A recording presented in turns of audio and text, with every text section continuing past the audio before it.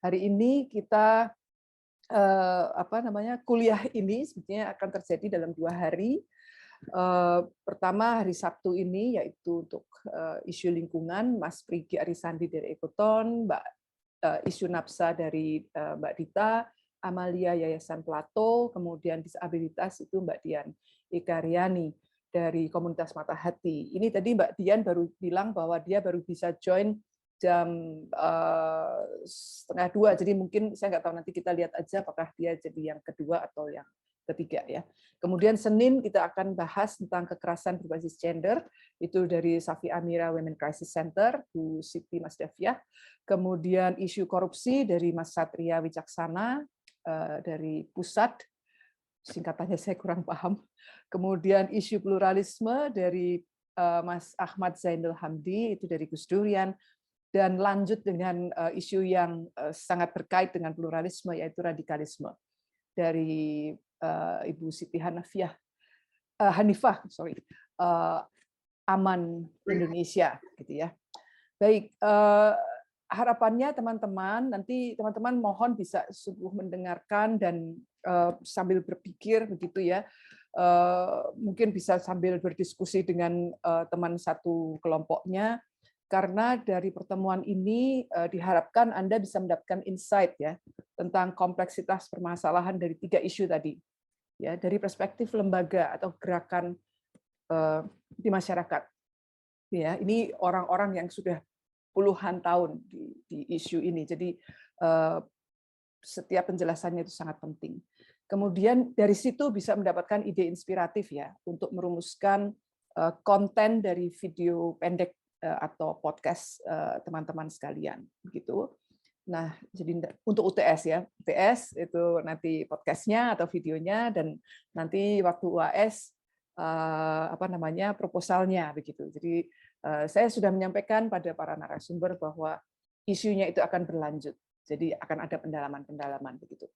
Baik, tidak berlama-lama, persis jam 1:05. Mas Prigi,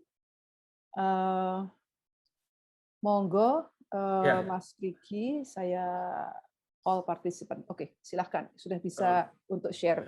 Oke, Yeah. terima kasih. Selamat siang semuanya. Untuk Mbak Tiwi, Mbak Dita dari Yayasan Plato, kemudian Mbak Dian Ikaryani serta Pak RT-nya ya, Pak Eri kan koordinatornya. Pak RT, ya. Jadi perkenalkan nama saya Prigi Arisandi. Saya bekerja di sebuah yayasan yang namanya Ekoton ya, Lembaga Kajian Ekologi dan Konservasi Lahan Basah. Saya akan membahas bagaimana kemudian interaksi kita manusia dengan alam begitu. Jadi ini adalah problematika yang sekarang sedang dialami oleh semua bangsa ya. Jadi masalah plastik gitu. Jadi saya ngambil judulnya itu Fish versus Plastik. Jadi ikan melawan plastik. Jadi teman-teman sekalian, saat ini kita ini kan selain wifi kan mungkin plastik ya yang penting bagi hidup kita saat ini. Selain wifi ya, ketersediaan wifi dan plastik gitu. Jadi plastik itu hampir tidak bisa kita lepaskan dari keseharian kita. Tapi kita lupa, karena kita mungkin tidak tahu bagaimana dan kemana larinya plastik-plastik ini. Ini gambaran di sekitar sekitar setengah jam lah dari kampus Ubaya lah gitu. Kalau kita naik motor atau naik mobil ke arah PLN di Wonorejo gitu, kita akan menjumpai seperti ini. Ini sampah-sampah yang berasal dari sungai-sungai yang ada di Jawa Timur, larinya ya ke muara ini. Kalau teman-teman tinggal di Surabaya Utara, ini adalah gambaran bagaimana kemudian sampah personal care kita ya. Kalau kita mandi pakai sabun, mencuci, itu semua pakai deterjen ya. Deterjen itu lama-lama akan menjadi surfaktan dan itu akan kemudian berakhir di sungai kita. Ini ada Suramadu di atas itu kelihatan. Jadi ini adalah salah satu sungai Tambak Wedi. Ada 7 sungai yang seperti ini yang bermuara. Ya awalnya dari Rungkut, dari Mojokerto gitu ya, larinya ke Surabaya. Jadi ini bukan salju, ini busa ya. Jadi mohon tidak salah lihat, ini bukan salju, ini busa. Dan ini fosfatnya tinggi sekali. Jadi kalau kita bicara tentang kualitas air ya ada salah satu parameter gitu ya. Jadi kayak kalau darah yang sehat itu ya tidak boleh lebih dari 110 tekanan darahnya. Ada standarnya. Sama dengan sungai ada standarnya. Standar fosfat itu tidak boleh lebih dari 1 ppm. Tapi temuan kami fosfat di sungai-sungai ini adalah 20 ppm atau 20 ppm. Jadi 20 part per million itu. Jadi 20 di atas standar begitu. Jadi ini kelihatan. Ini pohon plastik ya. Pohon plastik ini salah satu perilaku kita manusia yang tidak kemudian kita ini kan seolah-olah apa ya menganggap kita ini segalanya begitu loh. Sehingga kita bisa berbuat seenak kita, kemudian kita bisa membuang sampah kemana kita suka. Jadi teman-teman sekalian, Indonesia itu setiap tahun menghasilkan 8 juta ton sampah plastik. 8 juta ton. Hanya 3 juta ton yang bisa dikelola oleh pemerintah melalui bank sampah, melalui TPS, dibuang ke TPA. Namun ada 5 juta ton sampah plastik yang itu tidak terurus.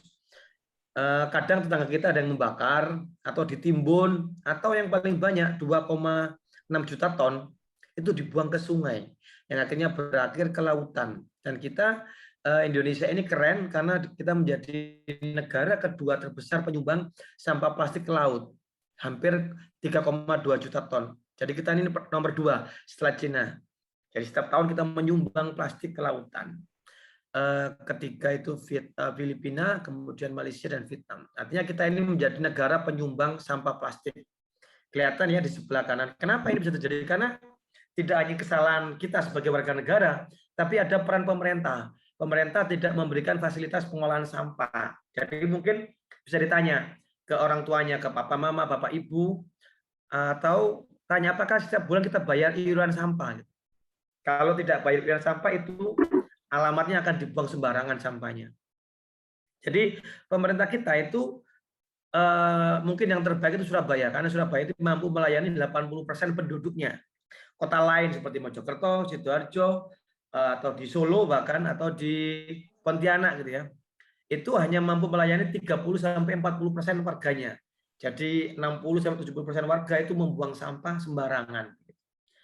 Ini pohon plastik ini kita temukan di Bengawan Solo, ada di Kapuas, ada di Citarum ya, di Ciliwung. Kenapa? Karena pada musim hujan air naik membawa sampah. Kalau air kemaraunya air surut, kemudian sampahnya nyantol di pohon-pohon. Ini di daerah Blora ya, daerah Cepu. Ini sekitar 3 meter di atas kepala saya. Ini di pohon-pohon. Teman-teman sekalian, ini anak-anak SMA ya, anak SMA ini protes ini di depan kantor Bupati Gresik, break free from plastik, tolak sekali pakai. Ini penting karena saat ini kita ini kayak meracuni diri kita. Gitu.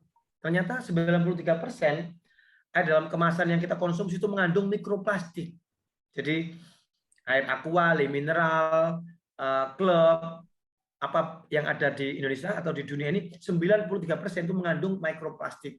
Apa itu mikroplastik? Itu adalah serpian ya, remah-remah atau protolan plastik dari plastik ukuran besar. Jadi dia terkena paparan matahari, terkena paparan fisik, terkena paparan biologi, dia akan menjadi protol, menjadi pecah, menjadi plastik di bawah 5 mili, disebut mikroplastik. Ini ada di air minum kita.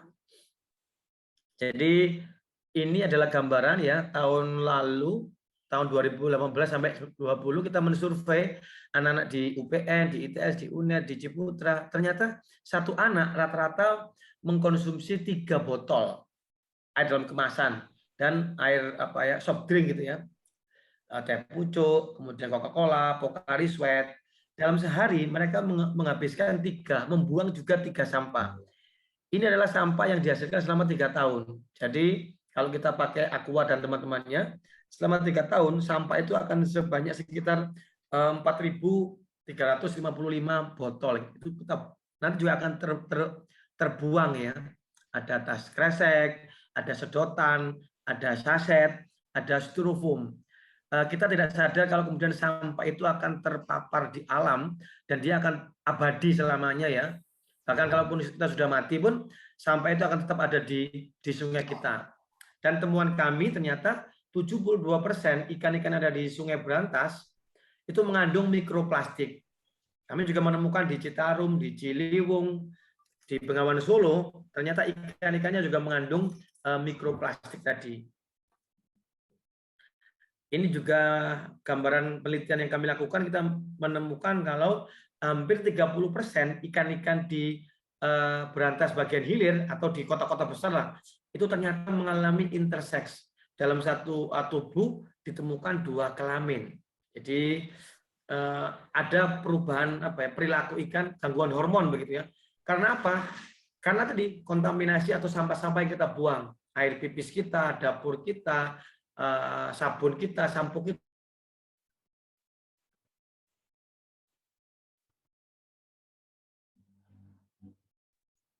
Mas, sinyalnya putus.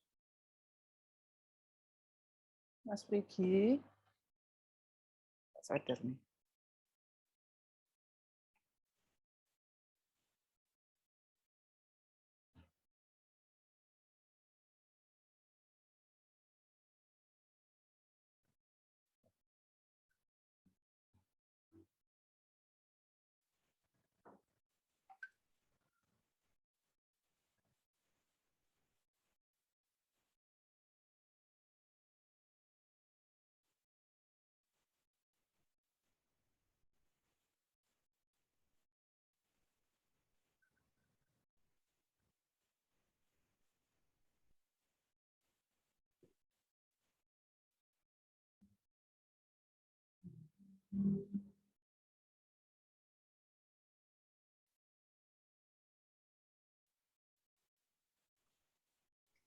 Wah, ini hilang nih suaranya. Orangnya juga hilang. Kalau weekend tuh sering gitu, Iya. sinyalnya enggak Oh. selancar weekdays ya. Iya. Maka saya tadinya menawarkan untuk saya yang mengklik-klik ininya. PowerPoint-nya, sehingga dia tidak harus on cam. Itu mungkin agak mengurangi ya. Ini masih belum bisa. Saya telepon nggak ini? Ya, Kak Popos. Tunggu sebentar.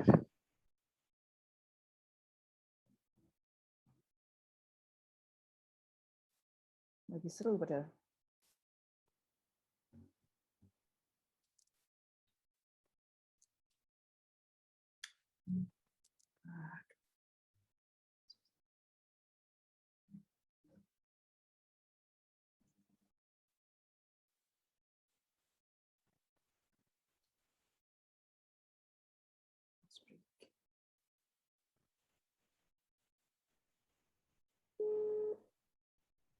Jadi Oke. ada problem. Iya. Ada problem WiFi. Iya. Mau saya ini kan kopi ya, Mas. Aku yang PPT-nya. Jadi dirimu bisa lebih ringan. Enggak apa-apa kayaknya ini. Sudah ini, Mbak ya. Baik. Oke. Monggo. Jadi ini tadi yang cerita tentang ikan di sungai kita ya. Jadi perilaku kita itu ternyata berdampak pada lingkungan. Jadi ironisnya, jadi ini cerita lama gitu ya. Banyak orang-orang perkotaan sangat bergantung dengan air sungainya. Jakarta dengan Ciliwung, kemudian Bekasi dan Karawang dengan Citarumnya, kemudian ada Bengawan Solo, itu banyak kota yang menggunakan air sungai. Tapi kita ini ironi, kita itu membuang sampah atau membuang kotoran, membuang limbah ke sungai yang kita gunakan menjadi bahan baku air minum kita begitu loh. Jadi tidak ada rasa solidaritas untuk teman-teman yang membuang sampah, nggak berpikiran kalau ini dipakai untuk air minum. Seperti ini ya, industri ya, mungkin kalau ada yang tinggal di Bengawan Solo itu parah sekali. Dari Sukoharjo itu ada pabrik Sritek, ada kemudian pabrik Ciu, pabrik kertas gitu ya, pabrik tekstil. Hampir semua ini seperti kita ini memaklumi begitu, memaklumkan orang membuang limbahnya ke sungai. Jadi bukan hanya di Surabaya ternyata. Jadi selama 20 tahun kami berkiprah, kami sudah berkeliling Indonesia melihat sungai-sungai. Ternyata ya sama, industri itu membuang limbahnya sembarangan tanpa diolah karena memang kos untuk mengolah limbah itu tinggi gitu ya. Jadi ini problem di semuanya di sungai kita gitu. Ini juga, ya ini mohon maaf karena memang itu realitanya seperti ini di Pontianak, di Bekasi, di Solo, orang beol sembarangan begitu. Bahkan kalau kita melihat ini adalah limbah di PDAM itu berbusa-busa ini bulan Agustus ini, di mana kemudian airnya surut tapi limbahnya bertambah. Jadi saya menyarankan untuk teman-teman untuk tidak pacaran sama anak Surabaya, karena anak Surabaya itu meminum air yang terkontaminasi oleh ini logam berat, feses, deterjen gitu ya. Jadi sangat rapuh begitu. Jadi mungkin kesehatannya rapuh gitu. Jadi ini sumber lain, mungkin perilaku kita yang ada di desa ya, membakar sampah. Jadi kita juga sering melihat lah kalau problem, jadi selain di air kita juga punya masalah dengan udara kita. Kemarin Jakarta itu ada problem gugatan dimenangkan karena presiden dan gubernurnya juga bersalah ya karena tidak menyediakan air udara yang bersih. Sama dengan di Jawa Timur atau dimanapun orang punya kebiasaan membakar sampah. Jadi dianggap itu selesai begitu ya. Jadi mungkin teman-teman sering yang melihat orang tuanya atau tetangganya gitu yang membakar saset, membakar ini bahkan TPS ini ya dibakar seperti ini. Ini salah besar karena memang di dalam plastik itu ada senyawa yang tidak boleh dibakar. Dia akan menghasilkan senyawa dioksin yang namanya senyawa karsinogen yang namanya dioksin itu. Ini kami juga meneliti tahun terakhir itu kita meneliti dioksin ya. Ini juga menarik karena kita punya potensi pencemaran dioksin tapi kita tidak punya lab untuk menguji kandungan dioksin gitu. Jadi kita harus ke Malaysia, harus ke Singapura, harus ke Praha untuk menguji dioksin kita. Jadi ini temuan kami. Jadi ini ada jurnalnya di bawah itu, kita menemukan Indonesia ini menjadi negara nomor 5 tertinggi kandungan dioksin dalam telurnya gitu ya. Dalam telur ayamnya gitu. Di ASEAN atau di Asia kita nomor 2 setelah Vietnam. Jadi kita menjadi negara yang keamanan pangannya diragukan atau terancam karena memang perilaku kita tadi membakar sampah sembarangan yang menghasilkan dioksin gitu. Oke. Nun sewu Mas, saya menginformasikan saja mungkin sekitar 5 menit. Oke. 5-7 menit lagi. Yeah. Oke. Jadi ini juga kita menemukan jadi yang kita lakukan ternyata adalah untuk menemukan partisipasi, maka kemudian kita harus membuat akses tabel pada informasi. Jadi Ekoton melakukan banyak kajian ya, yang akhirnya kemudian akan kita publikasi ke masyarakat. Jadi bagaimana agar informasi itu yang kemudian selama ini pemerintah menutupi, tidak diekspos, kita harus membuat riset, kita harus membuat kajian, kita harus meneliti, investigasi ya. Saya kemudian akhirnya bisa mendorong, karena kita berkeyakinan orang itu berpartisipasi, berterlibat kalau kemudian mereka tahu atau mendapatkan akses informasi. Maka informasi itu akan menjadi sebuah akses untuk orang bersharing informasi, kemudian akan ada konsultasi begitu. Ini yang dilakukan oleh Ekoton, jadi informasi menjadi penting kami, maka kita meng-create sebuah informasi yang kemudian bisa diterima oleh masyarakat awam begitu ya, menjadi bahasa populer. Kita gunakan informasi menjadi upaya untuk menjadi konkret atau mendorong munculnya komunitas yang kritis, konkret gitu ya. Dan upaya-upaya untuk litigasi. Jadi investigasi, penelitian itu bisa digunakan untuk barang bukti di pengadilan. Jadi saat ini kita melakukan 3 gugatan, ada gugatan legal standing, mewakili sungai, menggugat menteri dan gubernur, dan juga gugatan warga negara, mendorong perempuan-perempuan menggugat terkait dengan pencemaran popok gitu ya. Ini yang kita lakukan, jadi door to door begitu ya. Jadi informasi itu harus didekatkan, engage dengan masyarakat, dekat, harus didekatkan itu. Jadi mereka harus tahu kalau sampai ini salah. Kalau sampai ini apa yang sampai lakukan ini menimbulkan kerugian untuk orang yang lain yang ada di hilir gitu. Maka harus disodor-sodorkan, ditunjuk-tunjukkan ke masyarakat. Jadi kemudian penelitian itu juga hanya bukan domainnya kampus ya. Jadi kita juga mendorong anak-anak, orang dewasa, orang tua untuk melakukan penelitian begitu. Jadi sebenarnya orang-orang yang punya industri, orang kaya itu mereka diberikan privilege, kemudian mereka bertindak seenaknya. Ada ketidakadilan gitu loh. Jadi mereka bisa melakukan upaya-upaya seenaknya dan itu merusak orang lain, merusak lingkungan, merusak sumber-sumber air yang itu berdampak pada istilahnya itu barang publik. negara tahu, aparatur tahu, tapi mereka diam karena mereka menjadi bagian dari yang menerima keuntungan. Jadi yang kaya makin kaya, yang miskin makin sengsara, dan itu dibiarkan. Jadi ada ketidakadilan yang terjadi di masyarakat dan orang-orang yang tahu itu tidak mau tahu. Jadi banyak dari kita yang tahu ini salah tapi kita diam karena merasa ini akan menanggung, ada risiko gitu loh. Maka sebenarnya upaya-upaya mahasiswa itu menjadi upaya penting untuk mendobrak ini agar kebenaran itu bisa dikonsumsi publik. Gitu. Ini yang kami lakukan dengan anak-anak ya. Jadi anak-anak itu menjadi agen perubahan. Ini kami lakukan dengan Bu Tiwi 20 tahun yang lalu, 20 tahun yang lalu, mengajak anak-anak untuk menjaga sungainya dengan ini, dengan serangga. Mereka pasang bendera ya, kalau hijau tidak tercemar, kalau kuning tercemar sedang, kalau merah tercemar berat. Ini kemudian bisa menggugah orang-orang dewasa untuk mereka berperilaku baik. Karena faktanya orang dewasa ini ternyata juga mencemari sungai kita. Jadi anak-anak harus disadarkan menjadi bagian untuk karena mereka juga korban pencemaran. Jadi anak-anak ini melakukan upaya-upaya yang mencari bukti kalau apa yang terjadi sekarang itu menimbulkan kerugian. Jadi ini yang kita ulang-ulang, Bu Tiwi. Kita lakukan tahun 2001 dan kita lakukan selama 20 tahun. Anak-anak disadarkan, anak kemudian melakukan advokasi, audiensi ke DPRD, mereka di radio, mereka demonstrasi. Jadi anak itu bagian dari perubahan. Jadi Greta yang di Swedia itu sebenarnya sudah kita lakukan lama. Namun iklim di sini tidak memungkinkan itu gitu ya. Anak-anak kemudian didorong untuk ya tidak boleh berani, tidak boleh melakukan perlawanan begitu. Dan ini mungkin upaya-upaya yang sudah kami lakukan yang sudah ada upaya positif ya. Sudah mulai muncul ikan-ikan yang dulu punah itu sekarang menjadi muncul kembali.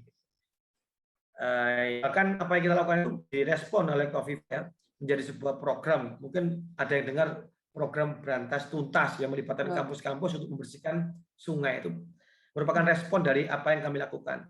Kami mengibaratkan aparatur, gubernur, wali kota itu seperti penari gitu. Komunitas, orang kampus, mahasiswa itu seperti penabuh gendangnya.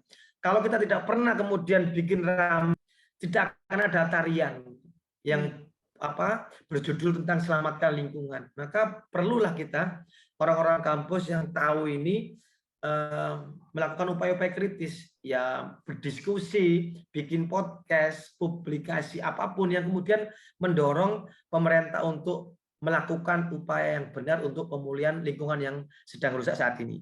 Saya rasa itu Mbak Tiwi. Terima kasih. Assalamualaikum warahmatullahi wabarakatuh. Waalaikumsalam. Wah, terima kasih banyak Mas